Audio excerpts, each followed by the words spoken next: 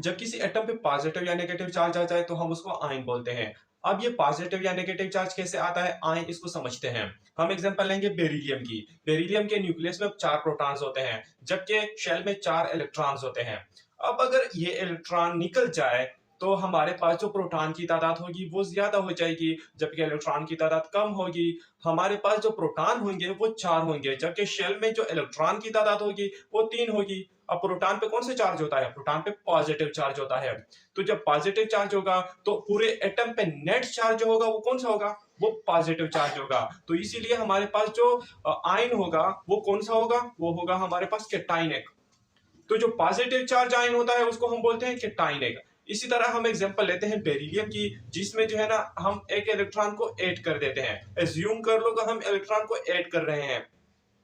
तो अगर हमने इलेक्ट्रॉन को ऐड कर दिया तो शेल में इलेक्ट्रॉन की तादाद कितनी हो जाएगी? शेल में इलेक्ट्रॉन की तादाद 5 हो जाएगी। तो मतलब इलेक्ट्रॉन की तादाद ज्यादा हो गई है प्रोटॉन से। तो इलेक्ट्रॉन पे कौन सा चार्ज होता है? इलेक्ट्रॉन पे होता है नेगेटिव चार्ज। अब जब नेगेटिव चार्ज होता है तो पूरे एटम पे कौन सा चार्ज होगा? नेट। नेट जो चार्ज होगा वो होगा नेगेटिव का।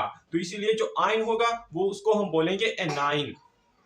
अब एनाइन वो जो आयन होता है जिसपे नेगेटिव चार्ज होता है। तो आई होप कि आपको समझ आई होगी कि आयन क्या होता है। आयन वो स्पीशी होती है जिसपे पॉजिटिव या नेगेटिव चार्ज होता है। अब ये पॉजिटिव या नेगेटिव चार्ज कैसे आता है? ये बाय लूज ऑफ इलेक्ट्रॉन और बाय गेन ऑफ इलेक्ट्रॉन।